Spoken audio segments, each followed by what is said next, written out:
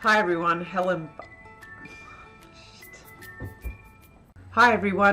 Blunden here, or at Activate Learn on Twitter. It is time for another book review. Now, before we jump into the book review, I have to apologize for the mess in the background. I know it goes against every YouTuber's video setting up your landscape and background, and there's dead plants there, and there's a ukulele that I never play because it's a toy one.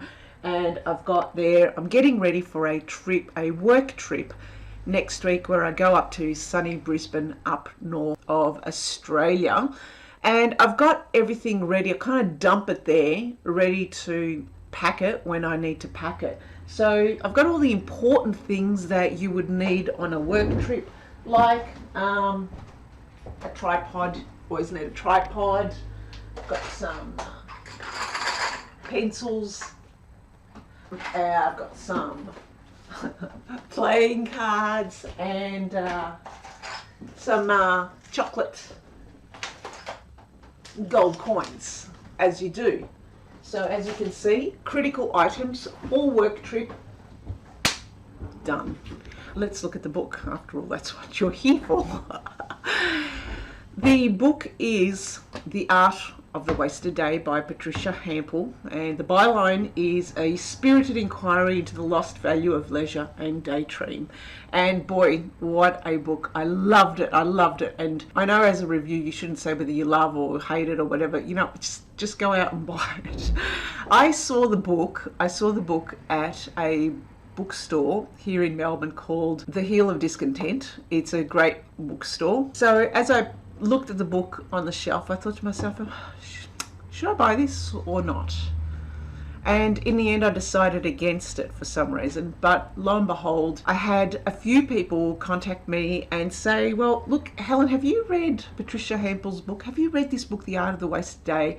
And so many people, three people mentioned the book to me, and the last one who did, Ewan, who I've been following his blog for many, many years, Ewan suggested, you might like this, Helen. And sure enough, I thought, well, okay, if Ewan likes it, I will like it too. And that's The Art of the Wasted Day. So I actually downloaded it on a Kindle and read it. If you don't believe that I actually bought it, because you know how I love library books. Righto, what is The Art of the Wasted Day? Now, before you think it's going to be a reference or a manual on how to waste your day, how to become idle, how to make time of your busy day, and creating some time in your schedule to kind of look at different activities that you could do to get yourself out there into some retreat. No, nothing like that.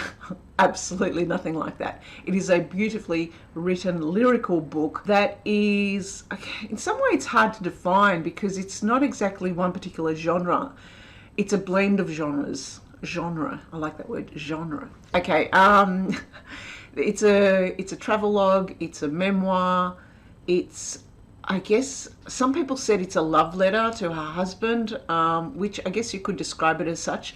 In effect, what she was doing was recalling those beautiful moments where they were talking and doing things together that made her think about the questions that she had in her mind about exploring solitude. He was someone who really valued solitude, and she in the book does not describe solitude as being a bad thing.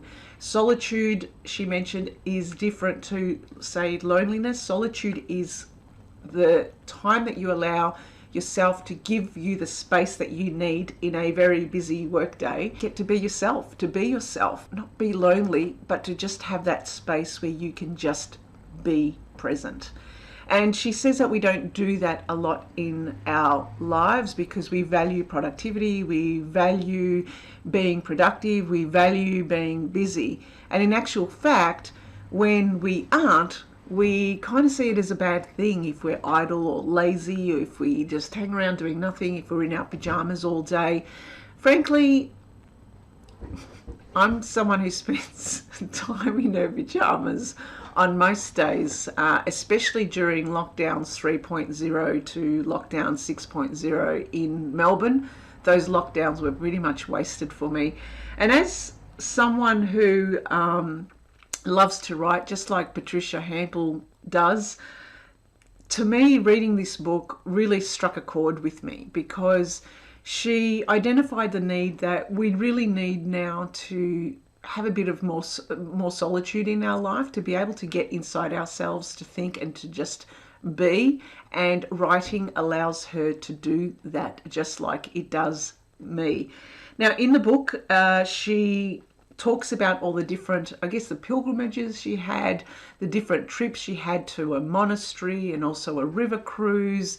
There's also some, snippets of her life.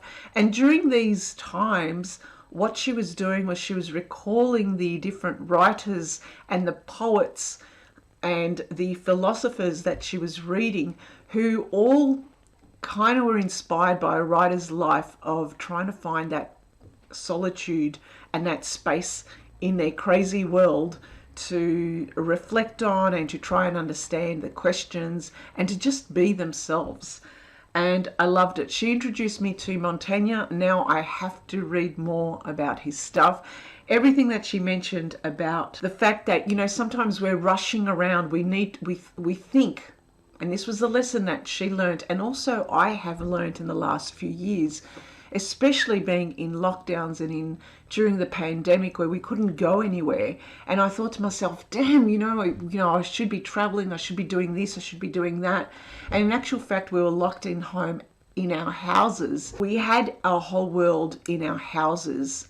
And I think for many of us, and especially for me, it was a turning point. The pandemics and lockdowns flipped my mind when it comes to kind of like the work that I have been doing in learning and development and the work that I'm currently doing. Something just flipped, and I thought, no, life is not all about work, and I've got to also find that solitude and find that space to do the stuff that I enjoy and that I love and that I don't feel guilty for.